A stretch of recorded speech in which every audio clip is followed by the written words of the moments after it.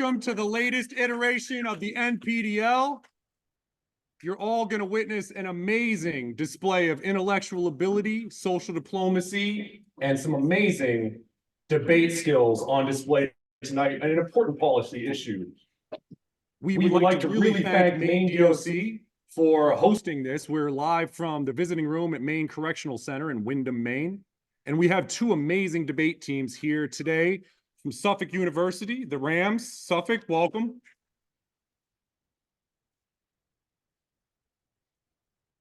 And we'd also like to welcome and recognize the NPDL team, the ladies of Maine's Women's Center, Opinionated Minds. Let's hear it from them.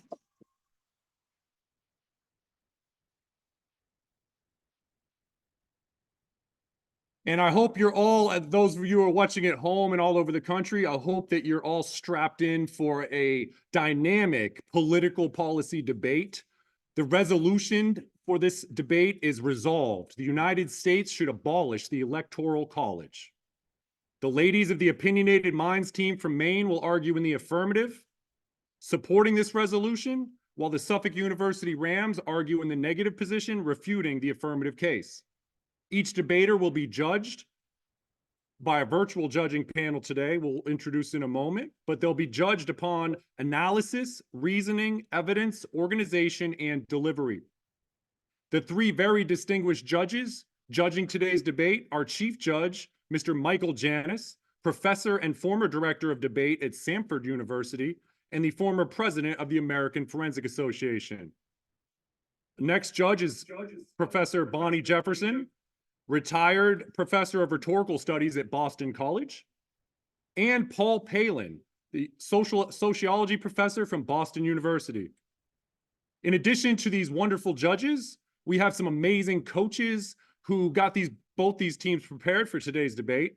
For the NPDL, we have the legendary John Katsoulis from Fulton Debating Society of Boston College, who's also tuning in virtually tonight with his team.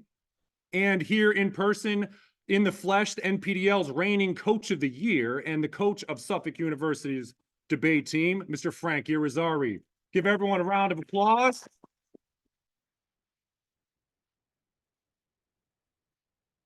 And for those of you who don't know me, my name is Daniel Troop, and I'm the executive director of the National Prison Debate League. Our mission is really simple. We are trying to build bridges, break stereotypes, amplify voices, and decarcerate minds. And unlike many organizations, we live our mission out every day, and we love doing this work. So we're excited for what you're about to see today. As your moderator, I will be introducing all of our debaters individually so you can get to know them before they get up here and start debating. A digital timer will be displayed on the screen so that everyone can see the time elapsing, because everyone will be adhering to set times that will be introduced. At the conclusion of the debate, our judges will tally their scores, and each team's cumulative point total will then determine the winner.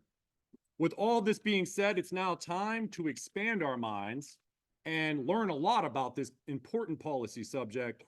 So, presenting the affirmative team's first constructive argument for 7 to 9 minutes. Originally from New York, she's very excited. Now earning her bachelor's degree in mental health and human services from the University of Maine, Augusta. She also serves as a certified victim advocate and facilitates a domestic violence group here, at the Women's Center in Maine. Please give a warm welcome to Opinionated Minds' first constructive argument, delivered by Ms. Sharon Kennedy. Sharon?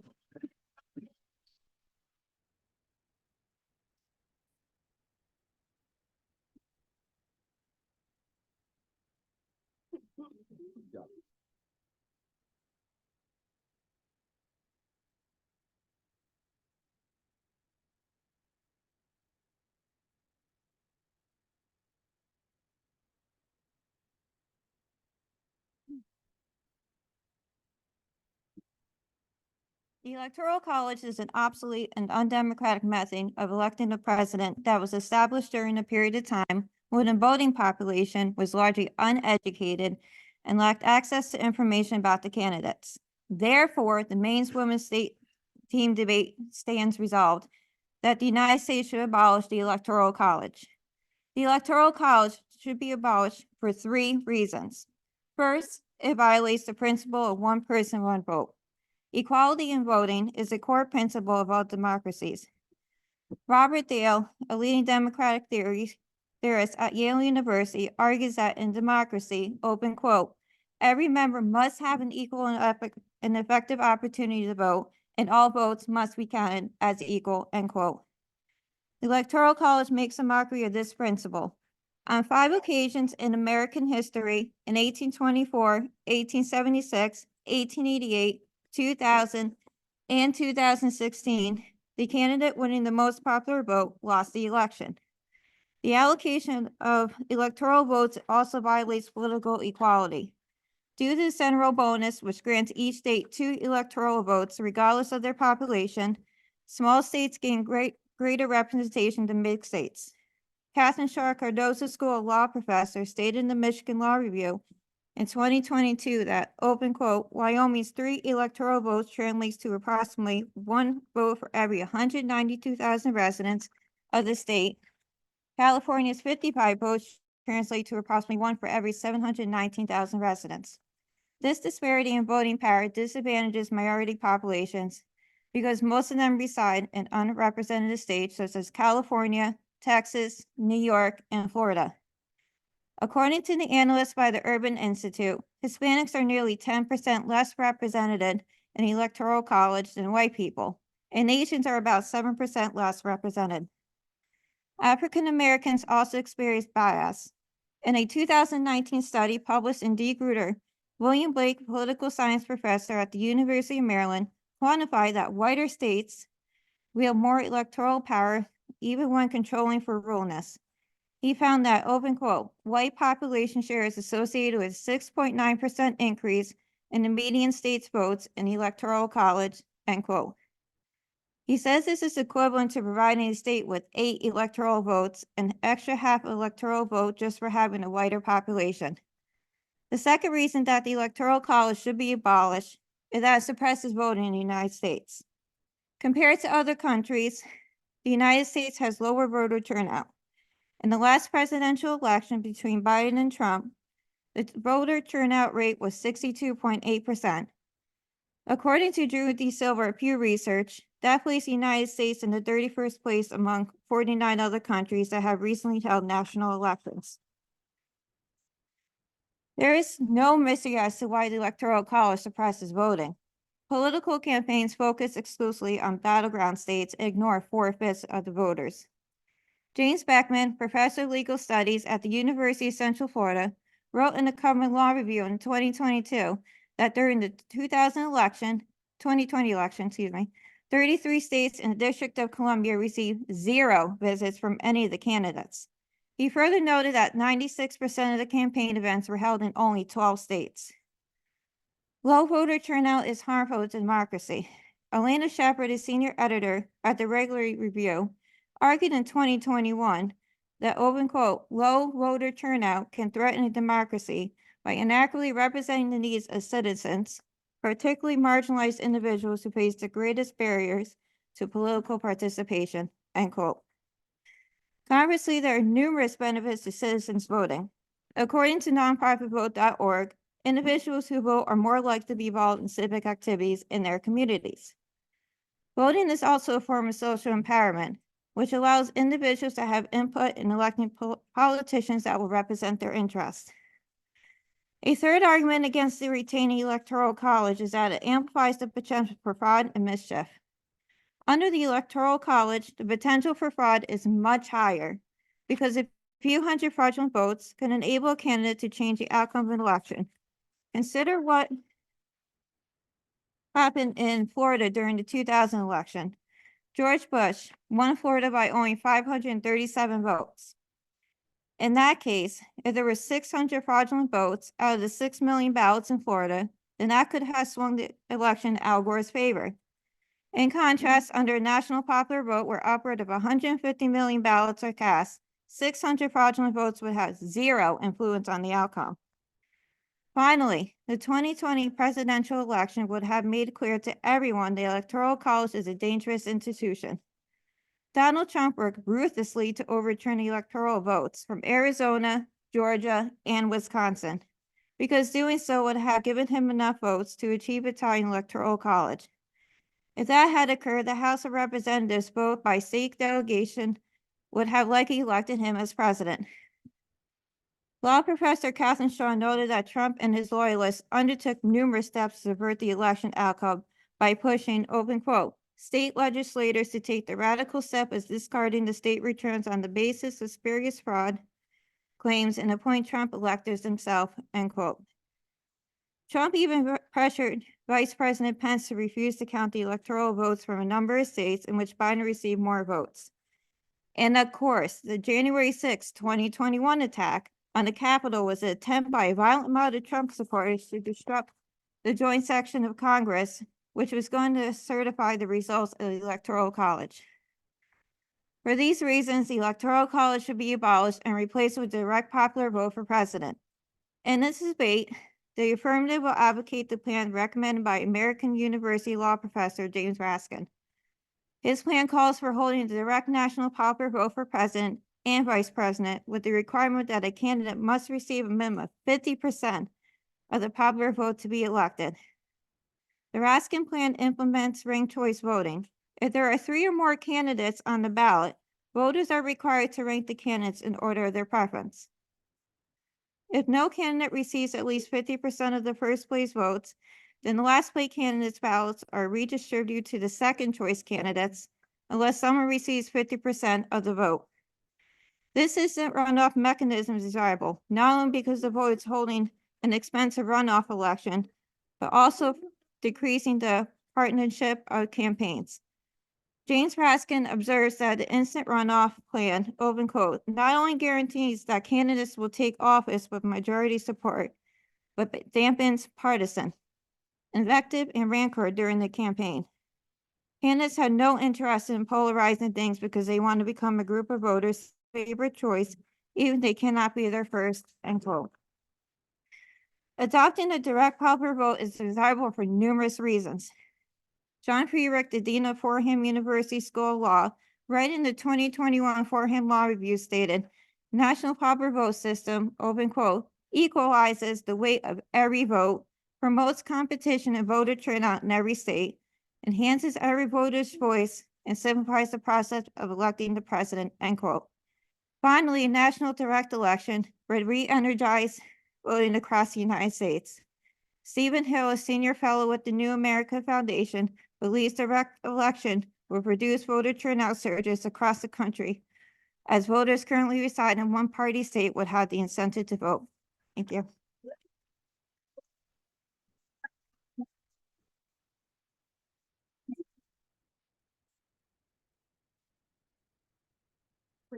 Okay. As Sharon remains at the lectern, we're going to have some cross-examination from Suffolk.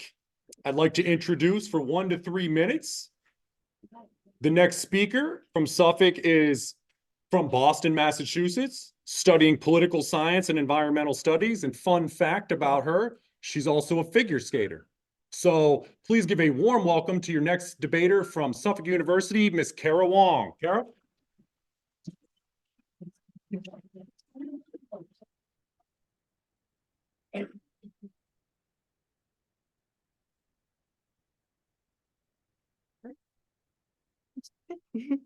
All right, first off, can you just explain your plan, like in your own words? My plan is to have a direct popular vote because we believe that every vote should count. Okay, and how do you plan to abolish the Electoral College?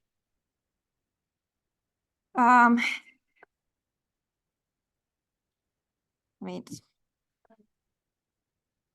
I will.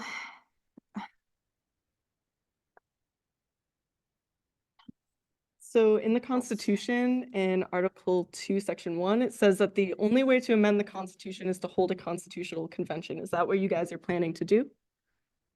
Yes. Okay. Next, how does your plan exactly solve? Solve what? Like, how is it better than the current situation? Like I said earlier, is that it gives every person the right to vote. I mean, has every vote matters and everything. Does not Do people not vote now because they believe their voice doesn't matter? No, Has your plan ever been put into place in the United States before? yes, it has. Where? And it's been in Maine, Nebraska. How can you be sure that it's going to work nationwide? It works. It worked for other places, so Which places? there's work for Ireland too. Ireland is not nearly the size of the United States. Do you think that your plan can work for a country this large? Absolutely. Why? It will.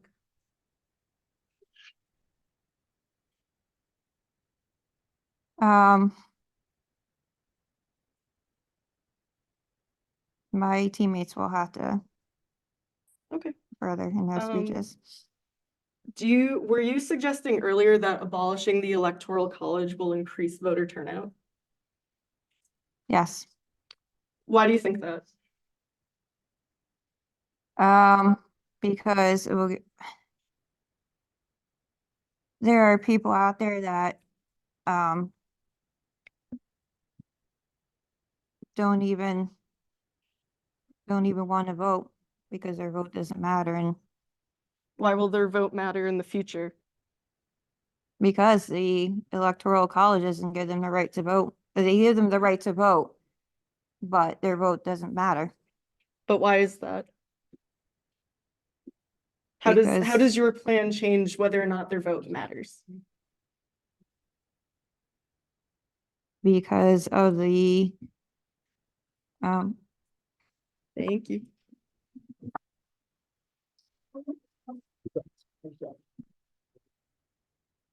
Okay, thank you both. Our next speaker from Suffolk University to deliver the negative team's first constructive argument. This young lady is from Atlanta, Georgia, studying politics, philosophy, economics, and fun fact, she's a licensed scuba diver.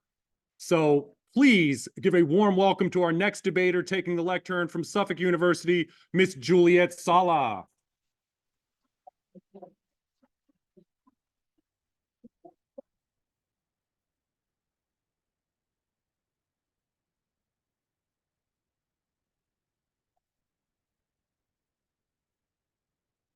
Okay. To start, it's very important to note that protecting the minority is a key value upheld by the American government. In a world where people are afraid of domination by an unwanted majority, it is important now more than ever to maintain a balance in the election process. It doesn't matter where you find yourself on the political spectrum. Everyone has reason to protect themselves against the risk of tyranny by the majority. So above all else, and a key factor that you will look back to when determining whether or not we should abolish the Electoral College, is to remember that the principal reason for why it was created by Article 2 of the Constitution by the founders is to protect the minority. That said, abandoning the Electoral College increases the risk of tyranny by the majority. The article by Colin and Hannah states that the framers of our Constitution understood the threat of tyranny. The principle of diffusing power was carried out by the presidential election process through the creation of an electoral college in which each state had a set of votes based upon the population, with each state retaining the right to determine for itself how those votes were to be allocated following an election. Thus, diffusing power was a structured check on tyranny. Abandoning the electoral college in favor of national raw voter winner would abandon this check against tyranny. Additionally, prefer the Electoral College for a few reasons. One, experts say so. 2/3 of political scientists say that the Electoral College sustains the two-party system and best confers legitimacy, which is an article done by Paul Shoemaker. The Electoral College is good to serve adequately many functions of presidential elections, important for the effective operation of our political system. Such a verdict was rendered by 37 political scientists in 2001. Because the Electoral College has consistently conferred legitimacy on the candidate receiving a majority of electoral votes, and because it's contributed to effective governance by sustaining a two-party system, 2/3 of the participants cast approval ballots in favor of the Electoral College. Second, it's key for democratic goals. Hamilton was right to say that the Electoral College works excellently, an article done by Tara Rose. Americans' election system has operated smoothly for more than 200 years because the Electoral College accomplishes its intended purpose. America's presidential election process preserves federalism, prevents chaos, and grants definitive electoral outcomes, and prevents tyrannical and unreasonable rule. 3. The Electoral College promotes federalism. A, it avoids majoritarian domination by a few large states, and B, it would silence the political voices outside of big cities absent the Electoral College. 4, the Electoral College produces a clear winner that avoids runoff election. An article by Richard A. Posner. The Electoral College avoids the problem of election in which no candidate receives a majority of the votes cast. Nixon in 1968 and Clinton in 1992 both had only 43% plurality of the popular vote while winning a majority in the Electoral College. There's a pressure for runoff elections when no candidate wins a majority of the votes cast. That pressure is reduced by the Electoral College, which produces a clear winner. Their plan weakens the two-party system, increasing costs, and reduces public interest in campaigns, which can ultimately reduce voter turnout, which is the exact point that they were trying to make. But it's simply not true. Runoffs are a bad idea. Runoffs delay the decision, weaken the two-party system, and are expensive. The electorate's varies of election. If runoffs become the rule, many may not pay sufficient attention until the runoff. That said, I'd like to take some time to answer the affirmative's case. First is, let me make something clear. The Electoral College is explicitly outlined in the U.S. Constitution in Article 2, Section 1. The only way to change the Constitution is by amending it, and the only process that exists to do so under the American government is through a constitutional convention. That said, a constitutional convention is a terrible idea. It gets struck down and wrecks the Constitution, which is an article done by James W. Lucas, who's an attorney in New York City. He says that a convention is unworkable. No one can assure proper application, whether Congress would count applications, whether the convention could be limited, how votes would be counted. There's no assurances Congress or the courts will control issues, or if there's any or certain authority to sort out the issues. Fundamental politics conflicts tear the fabric of the government system. State petition route emerge as a can of worms unlikely to be successful. Now, to answer their one person, one vote. One person, one vote is not key to U.S. democracy, and pure direct election will give the middle finger to many states and undermine national unity, which is an article by John Samples. What about the democratic principle of one person, one vote? Isn't the principle essential to our form of government? Neither the Senate nor the Supreme Court nor the president is elected on the basis of one person, one vote. The filtering of the popular will through the Electoral College is an affirmation of the American Republic. Direct popular election, we would see elections dominated by the most populous regions or by several large metropolitan areas. We should keep in mind the regional conflicts have plagued large and diverse nations. The Electoral College is a good antidote to the poison of regionalism because it forces presidential candidates to seek support throughout the nation. By making sure no state will be left behind, it provides a measure of coherence to our nation. I need you to remember that the U.S. Has a very whack population spread, which is why federalism and upholding federalism is especially key in the presidential election, which can only be done through the Electoral College. They've brought up many studies that are true for countries, but those countries are not like the US. The US is very unique in its size and its population spread, which is why the Electoral College is key to protect the minority. Next, they make arguments about equality and voter turnout, but they have it backwards. Cross-apply the arguments above about how the Electoral College ensures equality. A few reasons. One, the US population distribution necessitates an Electoral College to avoid domination by a few major cities, which I explained earlier. And second, studies show that under a direct democracy proposed by the AF, minorities would actually lose motivation to show up to polls. This answers their voter turnout arguments.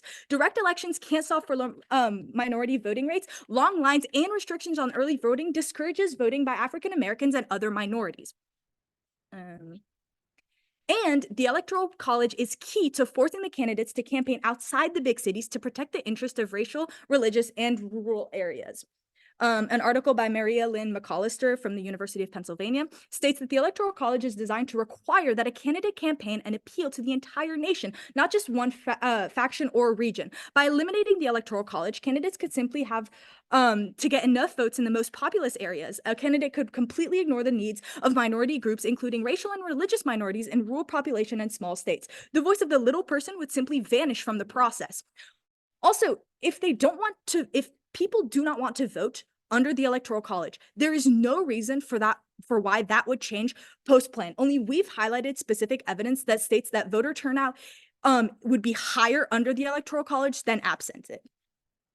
They also make an argument about the wrong winner winning the election, but the wrong winner charge is false. Candidates could have campaigned differently. The popular vote was determinative. I need you to remember that there's no way of knowing how an election would turn out under a different election process. We have an Electoral College. We know who won under the electoral process with an Electoral College, but there's no way to know what would have happened under a different election process because people campaign differently. If you take a country that has a direct democracy, politicians are campaigning very differently than they do in the US because of the fact that we have the Electoral College. So there's simply no grounds to which you can assume how an election would have turned out differently had there not been an Electoral College. Specifically to answer their January 6th argument, it's not unique to the Electoral College. The insurrection would have happened either way. So it's not really offense for them. The final thing is they have an overarching claim about how the Electoral College is anti-democratic, but it's not. It's actually one of the key factors in maintaining democracy in a large federal nation such as the US. And the Electoral College satisfies the criteria for democratic elections, which is an article published by John McGinnis from Northwestern. The Electoral College fulfills the 3 essential criteria that any election for a president must meet in a democracy. First, it measures what can be measured of the popular will sufficiently well to make sure that the president has a popular basis of support. Second, its results tend to give the president substantial political legitimacy.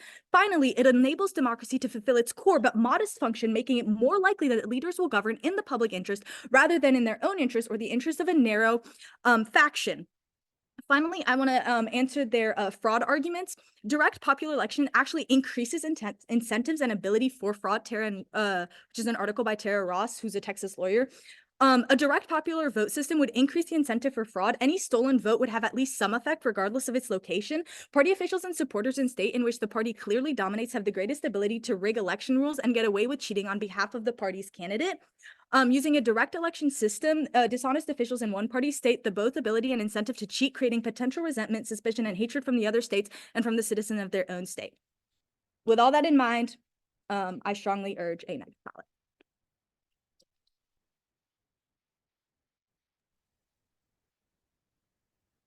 Okay, thank you, Juliet. And coming to the lectern next from Opinionated Minds to offer some cross-examination for the affirmative team for 1 to 3 minutes. A sophomore majoring in pre-law at the University of Maine with a 3.96 GPA and hailing from Central Maine. And she also serves as a peer mentor and recovery coach at the Women's Center here in Maine. Please give a warm welcome to Opinionated Minds' own Miss Miranda Hopkins.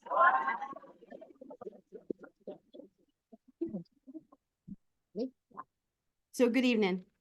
You guys mentioned ranked choice voting and the fact that your plan reduces the risk of having a runoff election. Do you understand that ranked choice completely eliminates it? You're welcome to explain that and we can have that debate. Because we rank our candidates 1 through 4, there is no runoff because those candidates are ranked, the votes are just redistributed down and the runoff is completely eliminated. Even if that's true, It is. I mean, all our other arguments stand. So how is direct election exactly going to harm federalism? Federalism is about state sovereignty. It's not going to change courts, doesn't change senators. How is it harming federalism itself? Yeah, so our principal argument is the reason for why the Electoral College exists is to protect the minorities, especially living in rural areas, and essentially to prevent the election being controlled by really populous areas like the big metropolitan cities, right? That's why it exists in the first place. And if you look at the US population distribution, it makes sense, right? I believe 80% of the eastern half of the US, that's where 80% of the population resides. The other 20% reside in the western half of the US. So with that kind of population spread, the only way to protect rural areas or any minority groups is to have the Electoral College, in order to ensure a minimum amount of votes based on area, which is why it was created in the first place. So under the Electoral College, which is what we're using, 90% of the Trump and Clinton race in 2016 happened in 11 states, which is approximately 20% of the country. You talk about protecting minorities and protecting diversity. How are you protecting minorities and diversity by only campaigning in 11 states? The politics that surrounded that specific election weren't necessarily the results of harms caused by the Electoral College, but more so, there were a lot of things going into that, but the creation of swing states just is a different changes over time. It's not something that's unique to the Electoral College. The campaigns still face the same kind of problems even under a direct democracy, which if you look at most European countries, they have very similar problems. They just look a little different because they don't have an Electoral College, but that problem doesn't go away. But still, under the Electoral College, by them only campaigning in 20% of the country, you think that's representative of the entire US? We're talking about Montana, cattle ranchers, lobstermen in Maine, everybody. Yeah, 100%. But those minority groups still had their votes protected. It's not, the problem didn't occur through like a harm of the electoral college. I don't know if that makes sense. It's a problem that exists under any electoral process. It's not unique to, it manifests itself that way because of the electoral college, but it's not a problem that goes away, say, under like a direct democracy, such as what you're proposing. I'd point out two other things. The last time you said that from a 2001 survey is the last time that you could find in favor of the electoral college. How do There's you definitely think more the recent whole Trump evidence. thing is going to affect you? What do you think their opinions would be now? Thank you.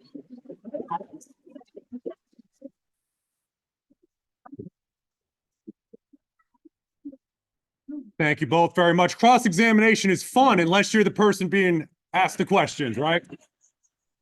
So again, another round of applause. That stuff is hard. All right. They make it look easy. It's really not. You could ask our coaches and judges. It is not easy. Next up to the lectern from Suffolk University to educate us further for 4 to 6 minutes, offering the negative team's first rebuttal. This next debater is hailing from the West Coast, Los Angeles, California, studying politics, philosophy, economics, and fun fact about this next debater, she's also a summer camp counselor and all-around good person, apparently. Let's hear what she has to say about the Electoral College. Please welcome Miss Juliet Ludka to the lectern.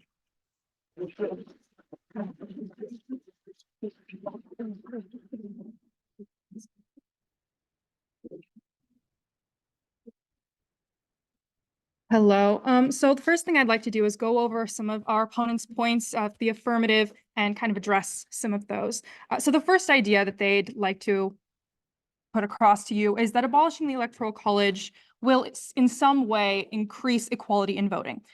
However, this simply is not true because of the difficulties that low-income people face when voting. That is to say that these communities don't necessarily vote anyways. This means that the status quo will not necessarily be changed in any significant way in the world of the affirmation. First, lower income communities have a more difficult time voting because elections are usually incompatible with their personal or work schedules.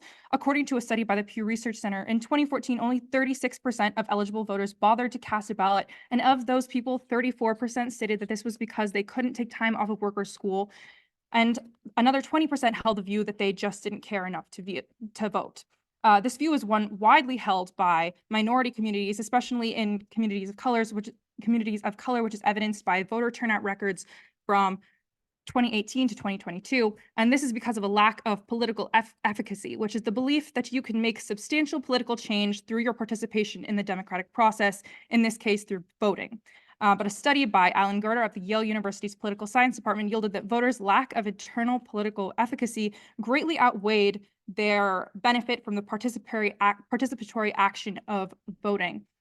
Next, they also like to make the argument that this will in some way create more representative voting, except this is, again, simply not true. A number of measures currently exist, further restricting the ability of people living in less populated or rural areas to cast their votes. A primary example of this being the restriction of ballot boxes and mail-in votes in some more rural communities, specifically large counties in Georgia. And due to these legislative attempts restricting the accessibility of these ballot boxes, these votes are lost.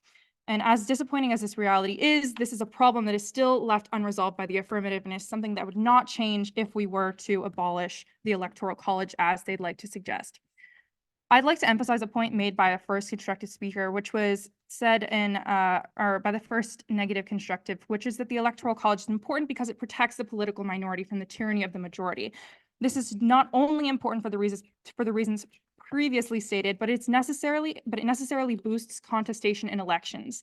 That is to say that it's the belief that you or your candidate or your party can actually win. This is a huge component of political efficacy, giving the parties, people, and geographic regions a more equal chance at having their interests represented.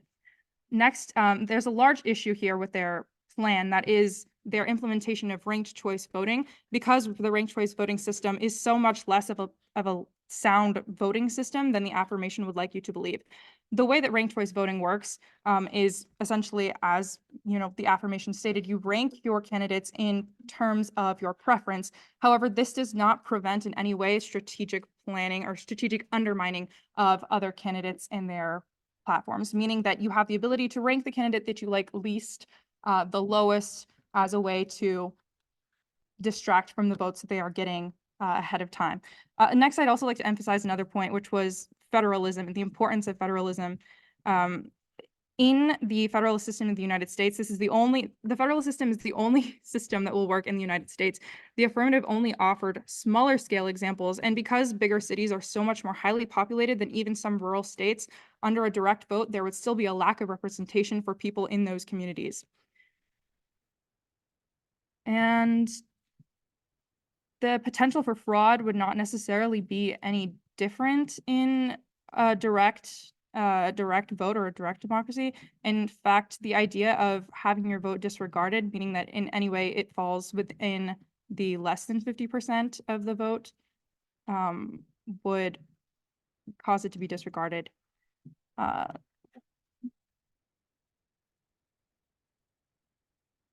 So in conclusion, the idea that in any way the abolishment of the Electoral College will increase equality in voting, or will in some way make the allocation of votes any more fair is simply untrue. And for these reasons, I ask you to vote for the negative. Again, because of the ideas of political efficacy, the status quo will remain unchanged, and therefore this plan cannot solve.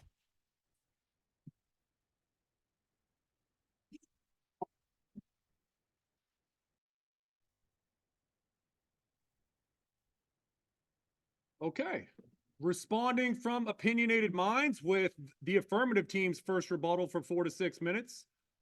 This next debater is currently working on a degree in human services and is enrolled at Washington Community College with plans to pursue a master's degree in social work, which she's very passionate about. She'll be delivering this rebuttal for the Opinionated Minds. Please give a warm welcome to Miss Jessica Brand.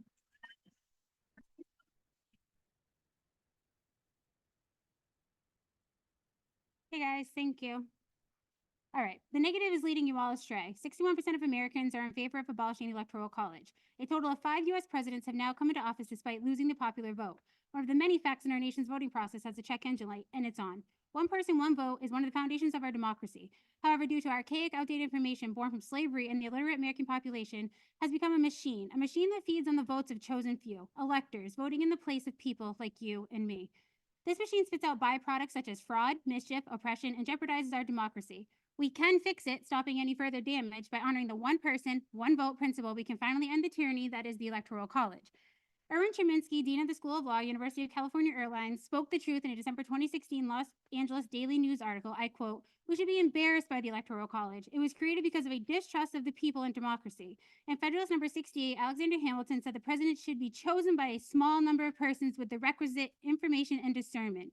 On November 6, 2012, Donald Trump tweeted, "The Electoral College is a disaster for democracy. One thing he was actually right about," end quote. You cannot say that every vote counts equally under the Electoral College. Do the math. California's population is 38,800,000. The population of Wyoming is 584,153. California has 55 electoral votes. Wyoming has only 3. Let's break it down. In California, it takes 705,454 citizen votes to equal 1 electoral vote. But Wyoming only takes 194,717 citizens votes to equal 1 electoral vote. I'm not a mathematician. It takes an elementary education to recognize that this math is defective. It's not equal, not fair, and it gives smaller states such as Wyoming so much more power than larger states. Why vote if your vote is not worth the gas to drive there? The Electoral College is a huge piece in voter turnout and voter suppression. Jesse Wegman, New York Times editorial board and legal affairs writer, wrote in a 2020 article, open quote, "When every vote counts the same and every vote matters, more people vote, and this isn't a theory. It happens in every presidential election. In 2016, 10 of the 14 highest turnout states were battleground states. According to Fair Vote, an electoral reform group, battleground state turnout averaged 66% in 2012, 9 points higher than in safe states. If candidates treated most or all states as battleground states, and if the national turnout average rose to match that of the current battleground states, as many as 17 million more Americans go to the polls on election day," end quote. The 2020 election provides ample and clear evidence that the Electoral College is a hotbed for fraud. Catherine Shaw, Cardozo Law School of Law professor in 2022, Michigan Law Review, pointed out an abundance of evidence about it. Various quotes such as, following the election, President Trump worked ruthlessly to convert loss into victory, exploiting pressure points and the ambiguities in the protracted and complex process, partially constitutional and partially statutory, that refer to collectively as the Electoral College.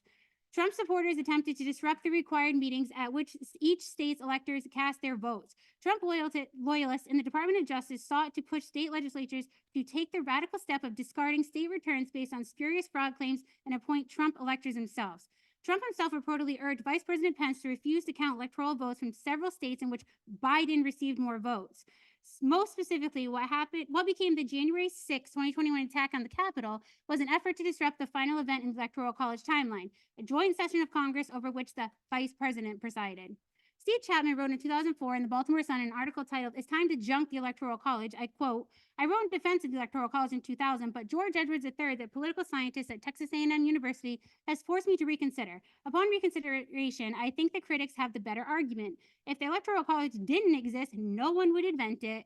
It violates the central principle of our election system that every vote should count equally and that the victory should go to the person with the most votes, and it produces no obvious compensating benefit," end quote. I want to point out federalism. Federalism is well entracted and will not be weakened by abolishing the Electoral College.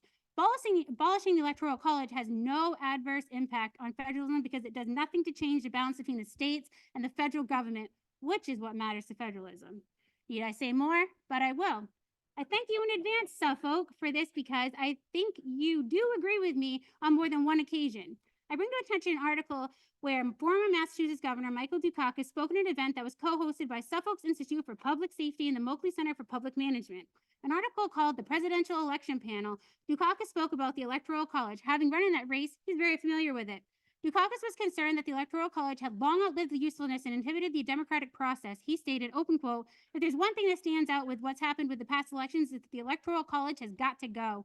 He said, "That system is not only inappropriate, it's unfair. It doesn't represent the broad majority of the American people, and it creates a situation where the winner of the popular vote doesn't become president of the United States," end quote. From a November 2016 article in Suffolk University Law Review titled "Reexamining the Electoral College," open quote, "The irony of the situation is that America, known for its love and championing of democracy, does not allow its citizens to make decisions about the person they want to elect president. The founders did not trust the public to choose the right candidate then, and we are still not able to make that decision today," end quote. It seems pretty clear to me that the public was greatly discounted at the creation of the Electoral College. Citizens are still untrusting of the system used to elect the presidents, and therefore voting is suppressed by the Electoral College immensely. In total, over the last 2 centuries, there have been over 700 proposals to either eradicate or seriously modify the Electoral College. It is time to move ahead with abolishing the Electoral College before it has clear failures, undermine public confidence in American democracy, distort the popular will, and create a genuine constitutional crisis. Hundreds of years have passed. We are in the 21st century and need a 21st century solution. Only the complete abolishment and establishment of direct national vote can eradicate the injustices of the Electoral College, period.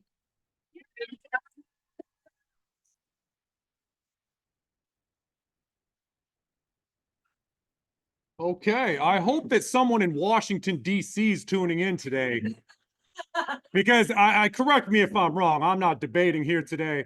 But I think that I need to remind everyone we're in a prison, and you're seeing more civic engagement here today than I think probably occurred in our Congress. So this is amazing.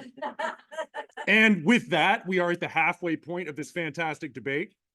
And just to kick off the second half, we have the negative team's second constructive argument for 6 to 8 minutes. This gentleman hails from Boston, Mass. He's studying public relations and he loves running.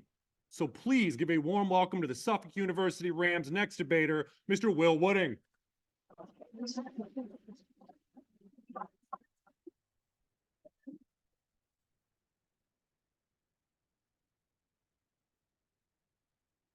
Great. Cool. So first off, kudos to you guys for reading the Suffolk Law Review, because I think you guys are the only people I've ever met that's read that. So like, I mean, kudos to you for that one. That's pretty cool. But going into a general overview of our case, the Electoral College system has many benefits as outlined by both of our Juliettes that spoke earlier. The issue of this debate is whether a constitutional amendment is possible. The Lucas 16 evidence that we read earlier proves that this does more harm than good. They have not answered how their plan counters this because it doesn't. It's not possible. So like the bias evidence said, the Electoral College better maintains the federal character of presidential elections than a national popular vote. Well, with a national popular vote election, the trend towards an imperial presidency will only increase. The Electoral College limits the effects of voter fraud on nationwide election results, since such fraud is more likely to occur in a majority of metropolitan areas located in larger states. A national popular vote election could lead to an election so close that a recount could not establish a winner. A national popular vote election would require more national control of the electoral process. A national popular vote would increase the mistaken idea that the purpose of the government is to ensure the will of the majority prevails, rather than the purpose of the government being to protect life, liberty, and property. A national popular vote would increase the cultural divisions of the country. Plus, the political science community agrees that it's the best system. That's the Shoemaker evidence from earlier. It's also key for democratic goals. That's Ross that we read. That's the Ross evidence we had read earlier. I know the central question of this debate will be the protection of the minority, so I want to spend some time on this. First off, for the Hillary and Trump election, yes, the election came down to a few states.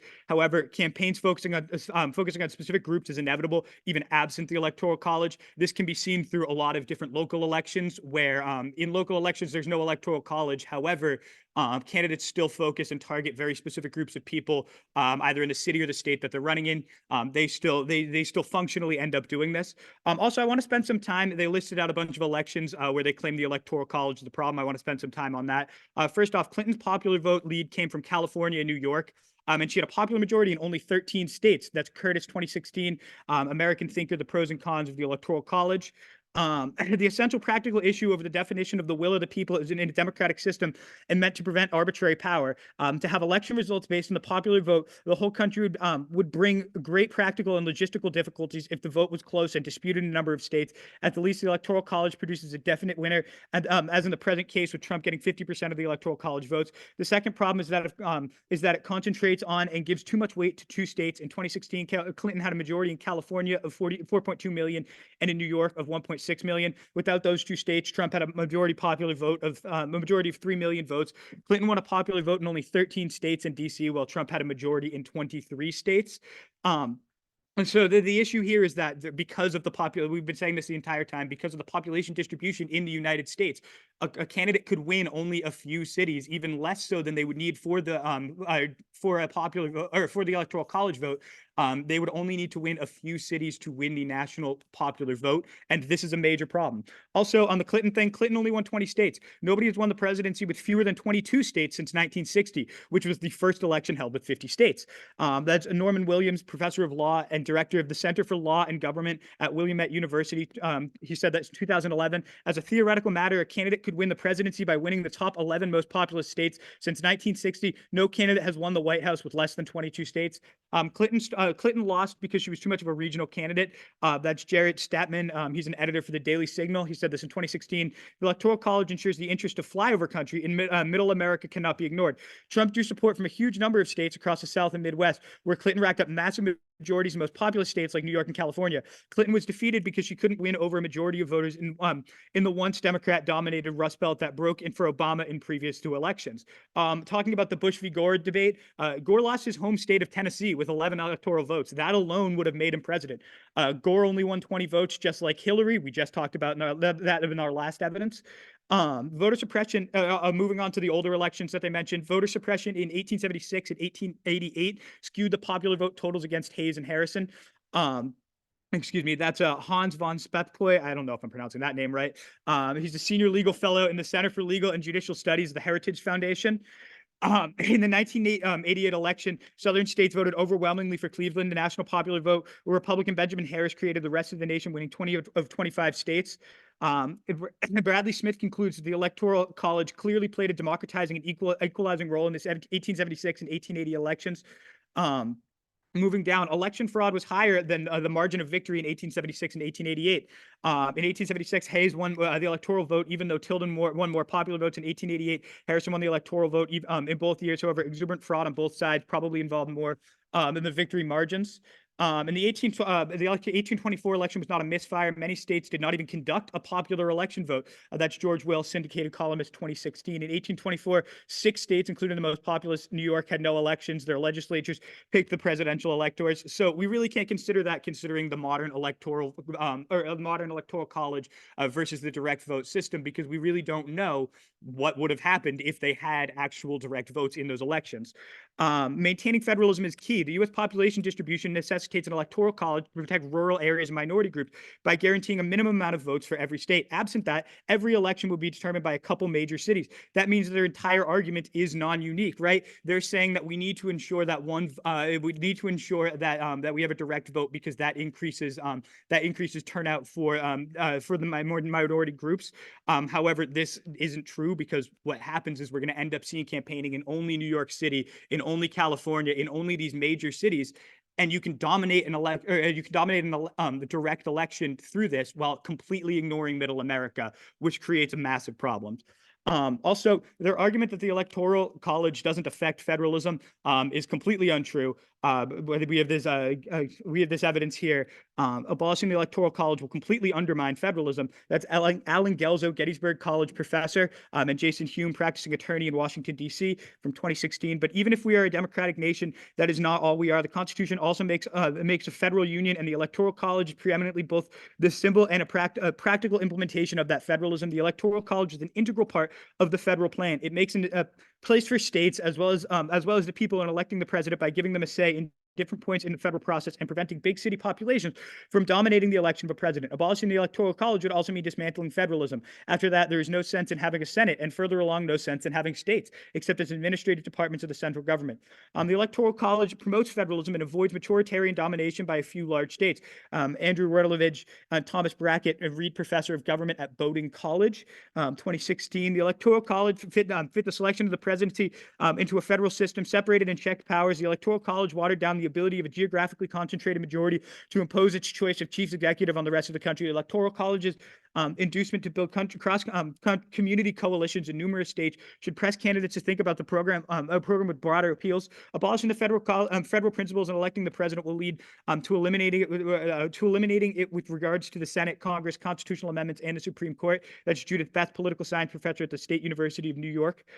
Direct popular non-federal presidential elections. They want to exempt the office of the president from the constraints of the federal principle. The framers ratified the Constitution that creates a democratic federal republic. No national governing decisions of any kind in this country has ever been made by adding votes across state lines. We cannot consider presidency as a total separation of the institution.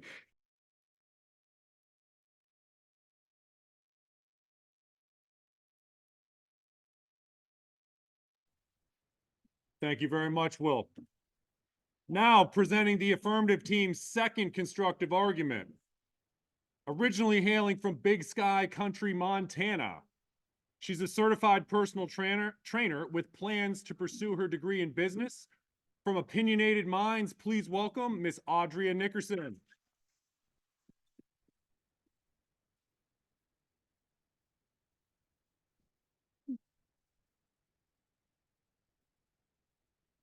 Abolishing the Electoral College is advantageous for many reasons. First, the Electoral College allows for the possibility of a contingent election. According to the 12th Amendment, if there is a tie or no candidate receives a majority of the electoral votes, the House of Representatives are required to elect a president by having each state delegation cast one vote.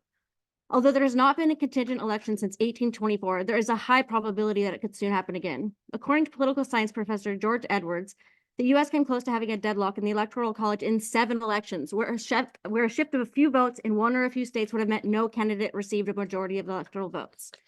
In the 2020 election, there was a distinct possibility of a contingent election occurring, even though Biden won the popular vote by more than 7 million.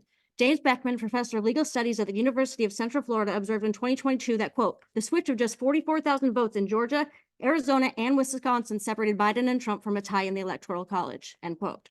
The upcoming 2024 election poses a huge risk of a contingent election due to the possibility of a third party winning some electoral votes. Former Alabama Senator Ben Jones warned on October 27, 2023 in a CNN article that, quote, by winning even a handful of electors in a tight election, a no-labels ticket could prevent any candidate from securing a majority in the Electoral College, which chooses the president, end quote.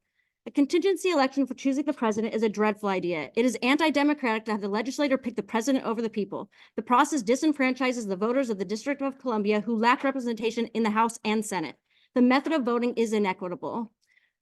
The California House delegation with 53 representatives received the same vote as the North Dakota House delegation with 1 member. There is the possibility of electing a president and vice president from different parties because the Senate votes for the vice president. Can you imagine President Trump working with Vice President Kamala Harris? And most troubling is the potential for unsavory deal-making. This happened in 1824 when the House elected John Quincy Adams over Andrew Jackson. The perceptions that Adams had engaged in side deals to win over votes damaged his credibility and governing authority. Given the shenanigans and low approval rate of the current House of Representatives, allowing them to pick the next president will inflict a devastating blow to our democracy. Ben Jones ominously warns that a contingent election could, quote, quickly escalate to an outright constitutional crisis, leadership vacuum at a time of mounting international and national security threats, or even domestic upheaval and violence, end quote. A second justification for abolishing the Electoral College is to end the domination of the Democratic and Republican parties over the American political system. The two-party system exists in the United States almost exclusively due to the Electoral College. Alan Mogul, executive director and co-founder of the National Vote Advocacy Organization, argued in 2023 that, quote, one foundational reason as to why we still have a two-party system, the Electoral College, end quote. Yet the two-party system is broken. Hyperpartisanship between the Republican and Democratic parties is blocking action to tackle national problems like our $33 trillion national debt, reforming entitlement programs, and taking meaningful action to solve climate change. Lee Drotman, a senior fellow at New America, observed in 2019 that, quote, Americans can't afford a broken system while policy problems worsen, but no problems can be solved until the divisive zero-sum polarized politics breaking U.S. democracy are dissolved. The only way out is to change the U.S. electoral system to allow for more parties and hope that the pieces can rearrange themselves into a functional governing system, end quote. And there is overwhelming public support for reforming the political system to encourage greater political competition. John White, a professor of politics at the Catholic University, wrote in The Hill on November 28, 2023, quote, a 2023 Gallup poll found that 63% believe a third party is needed because, quote, the two major parties do a poor job of representing the American people, end quote. There is also empirical evidence that expanding the number of political parties will improve governance. Lee Drotman observed in 2019 that, quote, modest multi-party democracies with 3 to 7 parties perform better than two-party democracies. Such a party system regularizes cross-partisan compromise and coalition building. Since parties need to work together to govern, more viewpoints are likely to be considered. The resulting policies are more likely to be broadly inclusive and broadly legitimate, making voters happier with outcomes, end quote. Finally, replacing the Electoral College with a national popular vote conducted using ranked choice voting will lead to a better functioning democracy for numerous reasons. First, ranked choice voting will promote greater civility because candidates realize they may require the support of a broader cross-section of the electorate. Politicians will no longer be able to win elections by appealing to their base. Rob Ritchie of Fair Vote argued in 2023 that instant runoff voting will incentivize civility and move U.S. politics away from the polarization and gridlock which bedevils campaigns now. Alexandra Copper and Ruth Greenwood of the Campaign Legal Center argued in 2018 that, quote, ranked choice voting removes incentives for negative campaigning and increases civility among candidates because it fosters more choice, more competition, and a greater need for cooperation. Each candidate must reach and attract a broader subset of the electorate, balancing efforts to win the most first choice votes while not alienating other candidate supporters who might list them as a second or third choice. Candidates thus will gain little from negative campaign tactics and instead are encouraged to build coalitions with ideologically like-minded opponents, end quote. In fact, empirical research supports this point. M. Mitchell Waldrop, a freelance writer based in Washington, D.C., reported in 2021 that a 2016 study of ranked choice voting elections by political scientist Martha Croft of the University of North Carolina found that, quote, the ratio of positive to negative words in news stories were significantly higher than in regular elections, end quote. A second benefit to instant runoff voting is that it will increase voter turnout. According to a 2020 study by the International Institute for Democracy and Election Assistance, voter turnout in Ireland and Malta, which have conducted elections using instant runoff voting for years, is consistently higher than the United States.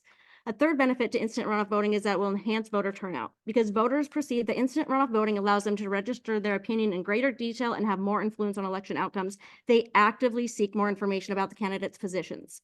A 2016 empirical study by Haley Smith, a Fair Vote research associate, examined voting behavior in cities using instant runoff voting and found that voters in instant runoff cities, quote, were more likely to report discussing candidates or policies with family members, friends, coworkers, or other citizens than voters in non-IRV cities, end quote. Finally, the feasibility of implementing ranked choice voting has been demonstrated in many countries and jurisdictions. Australia and the Republic of Ireland have used it for national elections for more than a century. In the United States, a total of 43 jurisdictions have used ranked choice voting, including the states of Maine and Alaska for all federal and state elections. And concerns about voters being confused by ranked choice voting are not valid. Numerous empirical studies show that voters not only understand the instructions, but favor ranked choice voting.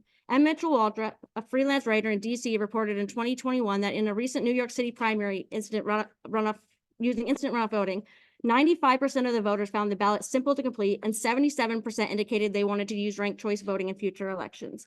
In another study by political scientist Todd Donovan, which compared Californians that did and did not use ranked choice voting, he found that 88% of the respondents rated the instructions as, quote, easy, end quote. The resounding fact-based evidence that continues to mount in favor of abolishing the Electoral College speaks louder and louder. The United States has outgrown the tenets of the Electoral College and in fact should be abolished. Barbara Boxer, a former U.S. Senator from California, said, quote, voting is the cornerstone of democracy. We have had men and women through the decades die for the right to vote. Many generations of Americans of every gender, race, religion, and ideology have marched, struggled, and died to secure this fundamental freedom. Yet we have a system where the winner can lose. We owe it to the American people who have given so much for their right to vote to make sure that every vote matters and every vote counts. We owe it to them to censure that the vote of a citizen in my state is worth the same as the vote of someone in a swing state. We owe it to every Republican voter, every Democratic voter, every independent voter, and every Green Party voter, whatever the party, to have that vote count. One person, one vote is a cornerstone of democracy.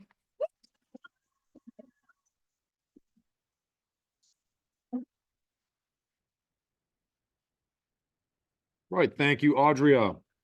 Next up, also representing the affirmative team to deliver the affirmative team's second rebuttal for 3 to 5 minutes from Opinionated Minds, hailing from the city of Champions, Brockton, Massachusetts. Some close friends would give me a hard time if I did not acknowledge the great city of Brockton. She's currently enrolled in the University of Maine, Augusta, working on her bachelor's degree in interdisciplinary studies, and she also serves as a recovery coach for those struggling with substance abuse. Please give a warm welcome to Opinionated Minds' very own Miss Dominique Kirk.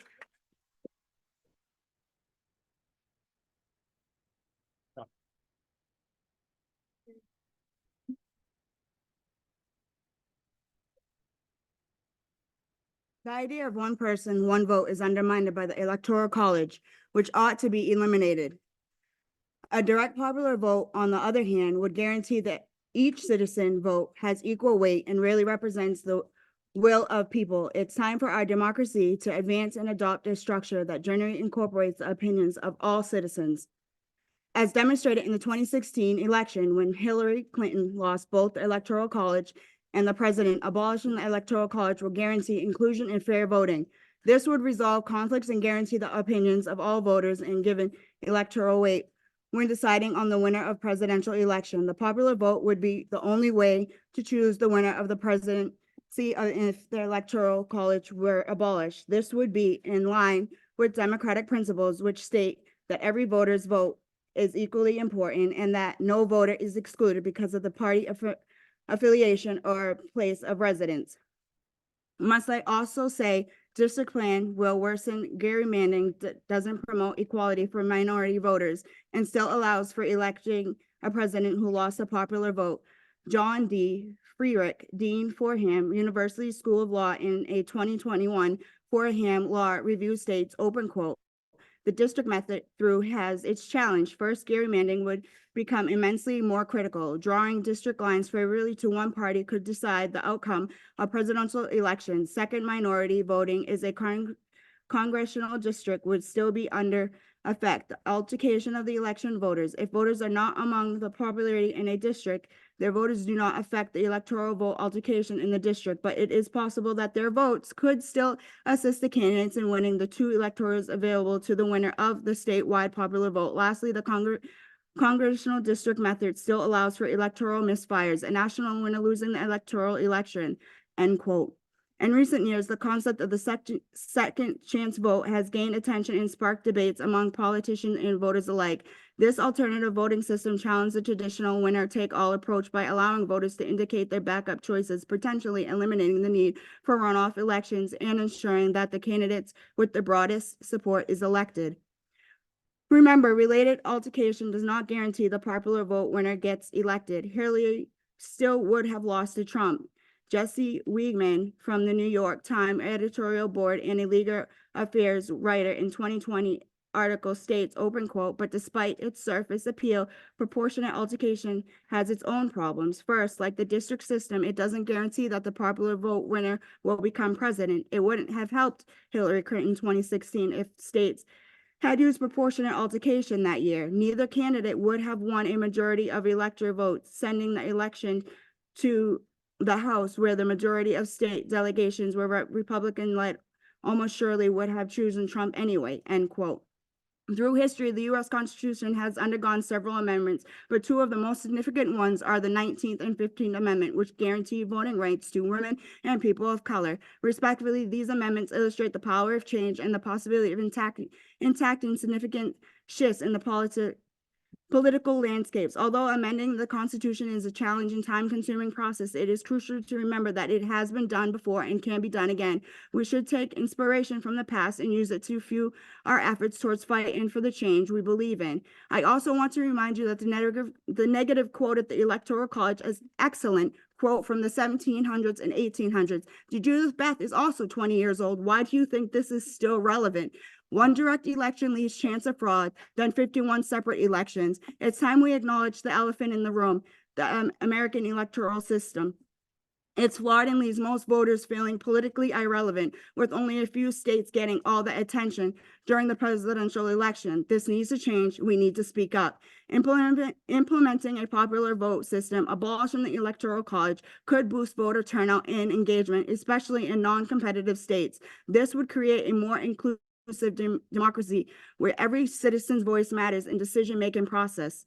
The time has come to restore people's authority through a popular voting system, promoting a more democratic and inclusive society. This reform would lead to a higher voter turnout as people feel empowered to vote in their country's direction.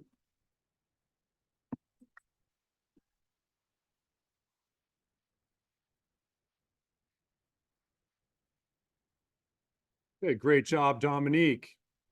Next up, to close out our final rebuttal round from Suffolk University, the negative team's second rebuttal for 3 to 5 minutes, hailing from the Windy City, the shy Chicago, Illinois, studying political science and law. And fun fact about our next debater, I want to follow up about this one. He attended Muhammad Ali's funeral. So rest in peace to the legend. Let's see if our next debater had inherited any of that punching power. Jesse Blank from Suffolk University.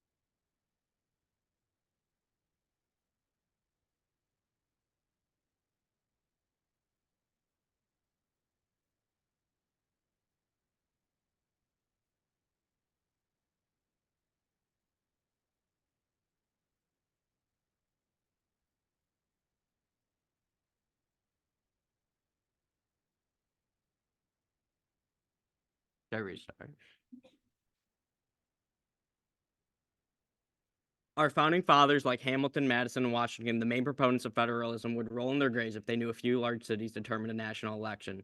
Our country was not founded on that principle. They say the House breaking a tie under the Electoral College is bad, but if you don't like the House, then you don't like the popular vote. Members of Congress are elected under a popular vote. The House isn't the problem. It's voting those people into office, which links to your argument.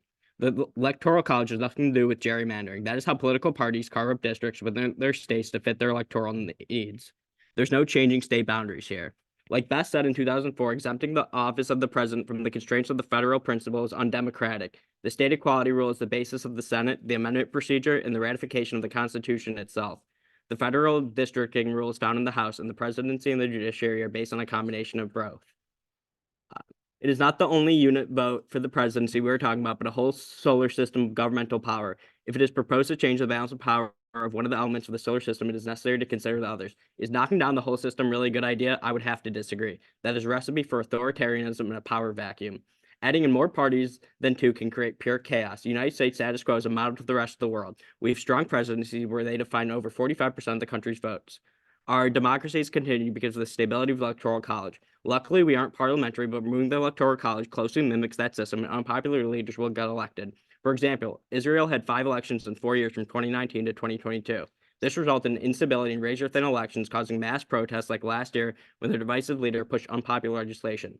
The Electoral College produces swift decisions, even when the election margin is less than 1% in the popular vote. Best 2004. But what 2000 Florida, which could be replicated on a national level with abolishing the Electoral College, which have never had a national presidential election recount, with new complexities added by certain states refusing to participate in the recount and devising their own recount rules. A national recount could result in 51 potential lawsuits heading to the Supreme Court. Abolishing the Electoral College will lead to national recounts, which will be likely due to increased participation by multiple candidates like the affirmative mention in ranked choice voting. National recount will lead to protected litigation and erode faith in the electoral system when our institutions are getting more fragile. We cannot create public unrest during a sensitive democratic process. As the old saying goes, if it ain't broke, don't fix it. Keep the Electoral College. And that's it.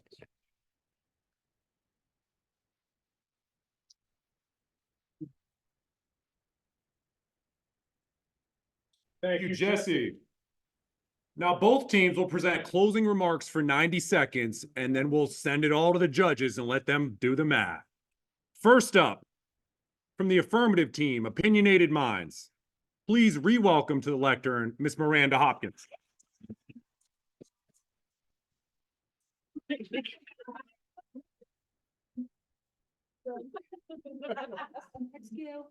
A winner-takes-all scheme, outright disregard for the will of the voters, contingent elections, a broken, corruption-riddled election system. Is that the democracy and the legacy you want to continue to the future generations? One person, one vote is just and it's democratic. It is time to put the voting power back into the hands of the citizens casting the votes. We've given you facts, good evidence, and the truth that lies at the heart of this debate. The Electoral College is a blemish upon this country, its citizens, and the government. It is not status quo. It's not getting better. It's just getting worse. A direct popular vote gives equality back to every person's vote. That's regardless of location, heritage, or party affiliation. Combined with ranked choice voting, it eliminates runoffs, drastically reduces fraud, and only the popular candidate will ever be our commander-in-chief. It encourages voter turnout nationwide. Things need an upgrade. Phones, contracts, and the Constitution. We've made 27 amendments. Let's make it 28. We live in a country that cries out for equality, justice, and peace. These are the ideals of the founding fathers. Our plan ensures those for all Americans, and that is what the forefathers envisioned for us. That's the United States the affirmative believes in, and we hope you do too. 5 letters for abolishing the Electoral College. TRUMP. Case closed. Yeah.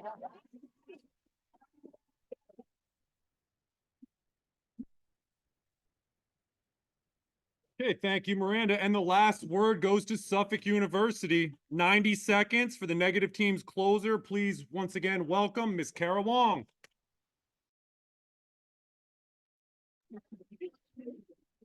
Great. The Electoral College is the best system. That was Schumacher. The Electoral College limits voter fraud and it gives concise decisions.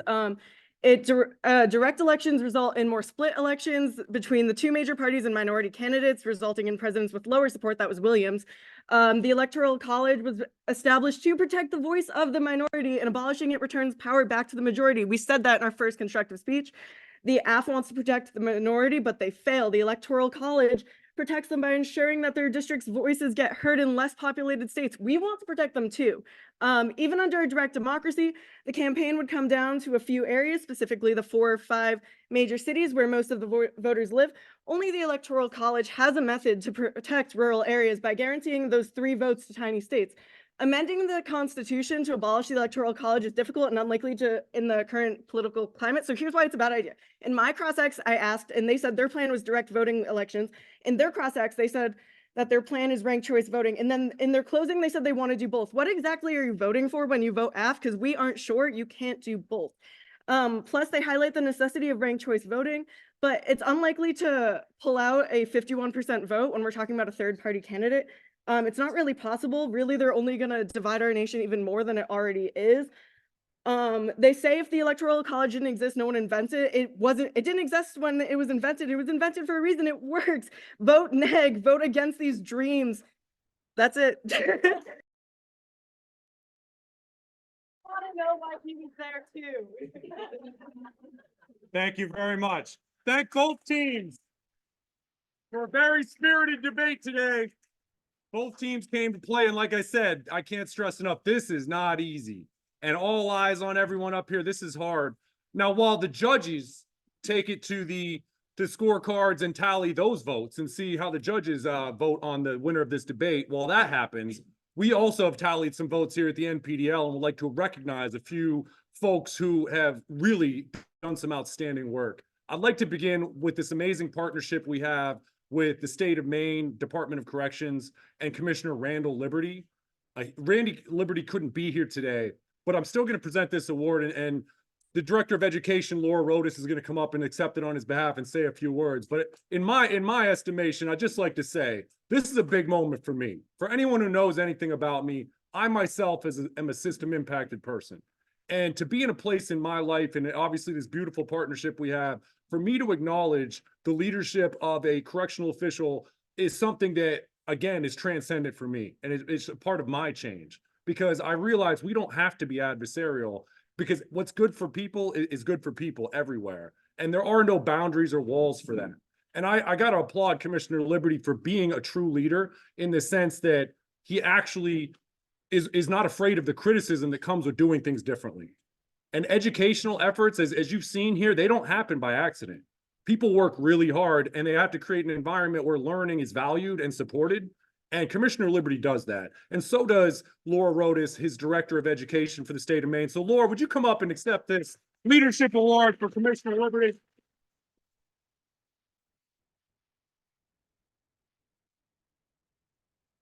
Thank you so much. Thank you. I know the commissioner would love to be here in person and he sends his regrets. Thank you, of course, for coming and participating. This was an amazing event. My undergraduate degree was political science, so I have to admit I was very engaged with all of your arguments. I scratched my head a few times because there were things I had not thought about that you made me think about, so I appreciate that. You are absolutely right about the commissioner and his willingness to take a look at how we do things and trying to create systems and opportunities both for our residents, for their education, and for our staff as well. Because as you said, when we need to treat people like people, right? And so we want to make sure that we have lots of opportunity for education for both staff and residents. You folks have done a tremendous job. I was blown away. And what you are doing here is helping pave the way for others in the future. Same to you. Being willing to come in and have these debates and these conversations, it helps us have the critical dialogue that we need, and it also in this country. Absolutely. But it also helps us think more broadly about the people and the communities that we want to create. So thank you all for showing up and being part of this very good work. And I know the commissioner sends his accolades to you all. And thank you for paving the way for others in the future. Thank you all. Thank you. Yeah, and the reason I preface that is because, again, this is all new. We're all learning, we're all growing, we're all like actually living out change. And if the folks at home could see this visiting room and the pre-debate meal, which everyone shared a table, co-ed, people from both sides of the walls just being people. And that's the beautiful humanity that we're going to continue to amplify and support through the NPDL and our collaboration with Maine DOC. Speaking of another very talented individual who has shown his talents on both sides of the wall, I'll let him speak to his experience or any remarks he chooses to make in accepting this award. But this is a special award for us. I had the privilege of debating in Norfolk State Prison in Massachusetts, which is where Malcolm X famously learned his public speaking skills as a member of the Norfolk Prison Debating Society from 1948 to 1952. And we walked on that same hallowed stage. And so we've named the NPDL's first Debater of the Year award in his honor, because his presence is always felt in our work, the great Malcolm X.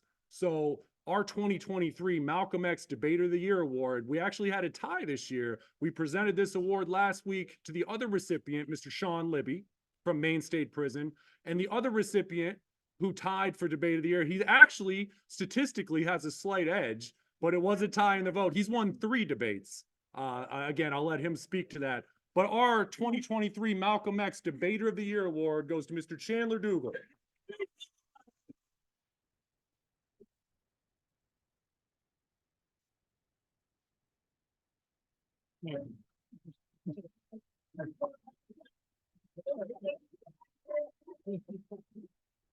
Thank you. Thank you. Dan did steal my thunder a bit because I'm sure Sean is watching and I want to let him know 3 times. But no, this is a tremendous award and thank you so much for it. It's an honor to be a part of something that stretches that back that far into our history, even further back than Malcolm X, and it goes back a long way. And I really hope that it continues to grow, and it's already growing beyond Maine DOC. It's spreading to Washington, D.C. It's spreading to Finland, which no one saw coming. And it's just it's been an incredible opportunity to debate 3 times at NPDL. I hope to be able to do so again to make it 4 times. And, you know, a huge thanks to Suffolk, because if it wasn't for the schools that came in and debated us, we wouldn't be able to do any of this. And we just keep arguing amongst ourselves about inane things and not the Electoral College or Supreme Court justices or land-based ICBMs as Maine State Prison argued about. So it's an incredible thing. And there's so many smart people who are incarcerated in this state and across the country that can really make a difference if they're given the opportunity to do so. So thank you again, Dan, and thanks to everyone, and good luck to both teams.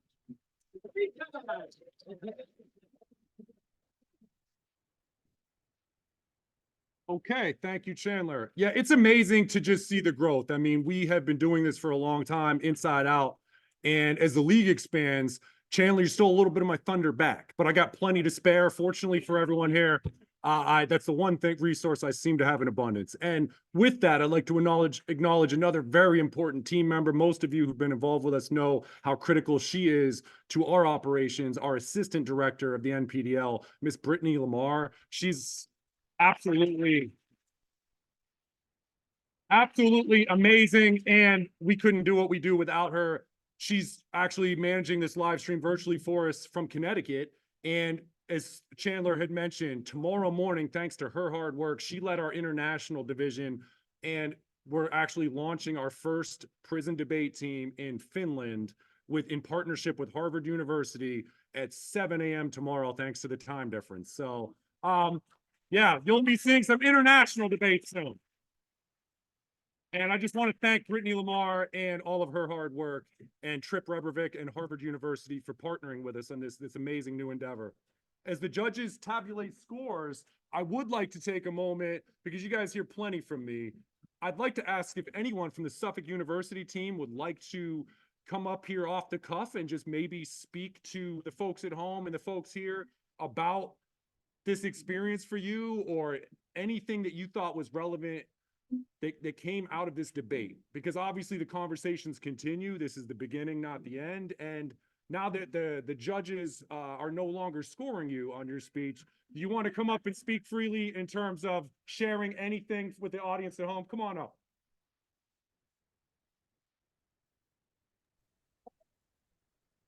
Hi. So first, I think we all want to just really thank everyone here. This has been, it's our first prison debate, hopefully not our last. We've really enjoyed being here, and being able to be with all of you. It's truly been an amazing time. I mean, like it was mentioned earlier, just being able to all like sit at one table and just eat and have like great conversation and just meet amazing people has truly been amazing and life-changing. And I think that what the NPDL does is truly an amazing thing. And I hope that Suffolk can keep working and coming and debating, because I think we truly enjoyed our time. And I do think that it's a wonderful thing that we're doing here. So thank you all.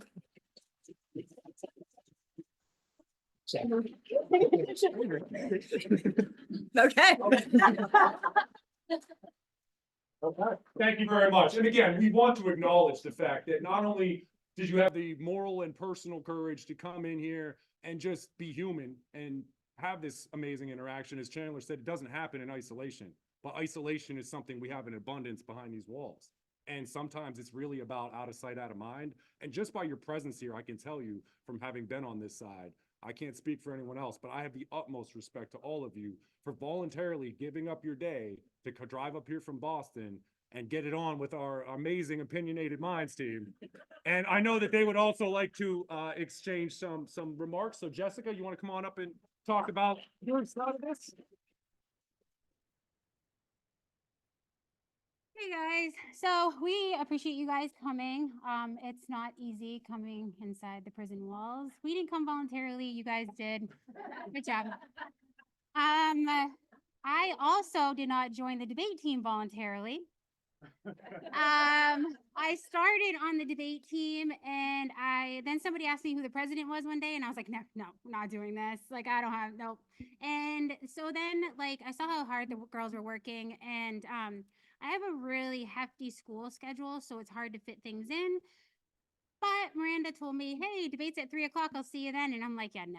And I was there at 3 o'clock. So here I am. But honestly, it was a really good experience and I am happy to continue it. I definitely appreciate the people that support us here. The guys, we appreciate you on the MCC debate team. They've been here. We were here for them. They were here for us. We really appreciate it. They helped us actually do a mock debate. We practiced. That was great of you guys. Appreciate Erica. Appreciate Segler. We appreciate you giving us this opportunity and has really opened a lot of doors since he became the unit manager. So, and I just want to thank the people that are watching at home. I know a lot of us couldn't have our families down here if we're a long ways from home, but a lot of our girls came out to support us tonight. So we really appreciate you guys very much. And thank you, Dan. We greatly appreciate the opportunity. And we wouldn't have a lot of this if people that hadn't been on the other side of the wall didn't really push to have something on the inside of the wall. So we definitely appreciate it. So thank you guys. Yeah, Dan.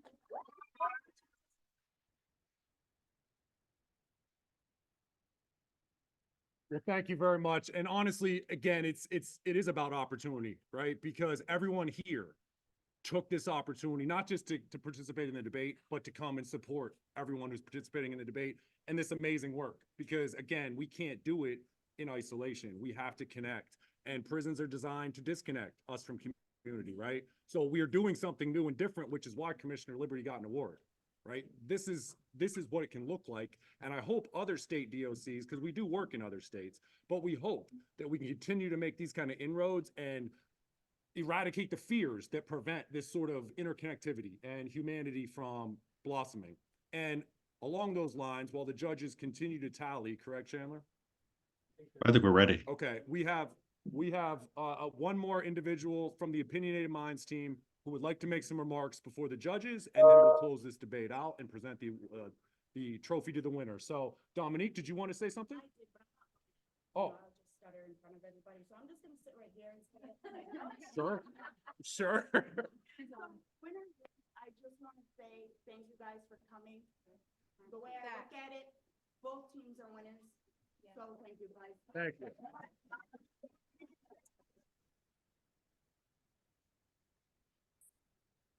That was well said. You can't, sorry about the feedback. You can't say it much better than that. So I will turn it over to the judges now, who I believe are going to announce the winners. Okay. I don't know which ones are still with me, but thanks for inviting us to come and visit with you tonight. The decision is a unanimous one, and the score ends up 329 to 299 for the affirmative. So congratulations.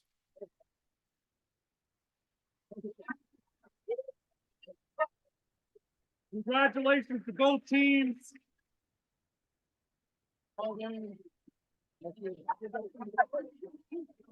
All right.